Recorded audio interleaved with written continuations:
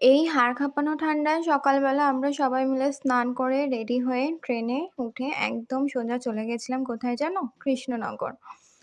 আজকে আমাদের একদম সকাল, সকাল ট্রেন ছিল। যতদূর সম্ভব ৭:২৯ এর ট্রেনটা ধরেছিলাম। হ্যাঁ, ৭:২৯ এর যে কৃষ্ণনগর শিয়ালদা লোকালটা আছে ওটা ধরেই আমরা চলে গেছিলাম। ট্রেনের টিকিটের মূল্য লেগেছিল জনপ্রতি ৳২০ করে। তো যাই হোক, ট্রেন চলা শুরু করেছিল আর দেখো এখন অনেকটা সময় পর আমি এই ভিডিওটা চালু করেছি তখনও চারিদিকে কেমন কুয়াশা। তো ভাবতেই পারছো যখন শুরু করেছিলাম তখন কতটা ঠান্ডা ছিল। এরপরে আমরা স্টেশনে নেমে টোটোতে করে আমাদের গন্তব্যস্থলের উদ্দেশ্যে বেরিয়ে গেছিলাম। টোটো খানিকক্ষণ যাওয়ার পরেই তারপর আমাদেরকে নামিয়ে দিয়েছিল মায়াপুর ঘাটে। আর মায়াপুর ঘাট থেকে বেশ খানিকক্ষণ ২ থেকে ৩ মিনিটের মধ্যে আমরা ঘাট থেকে ফেরিতে করে চলে গেছিলাম মায়াপুর ঘাটে।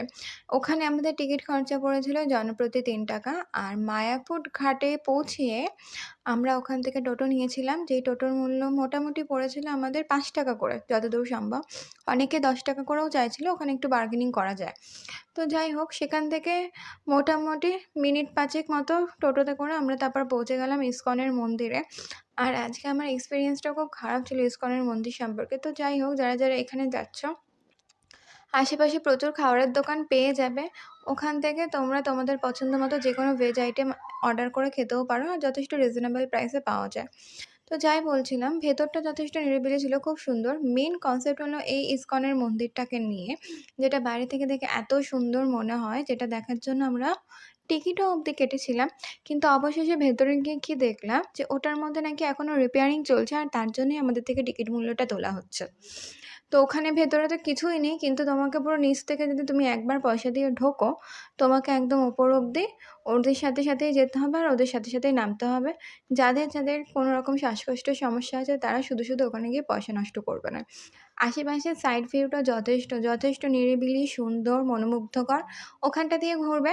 আর এমনকি ওই ইস্কনের বড় যে মন্দিরটা, এই মন্দিরটার মধ্যে কিন্তু এখনো অবধি ঠাকুরও প্রতিষ্ঠান হয়নি। ঠাকুরটা যে আগের মন্দিরটায় ছিল সেখানেই এখনো অবধি আছে।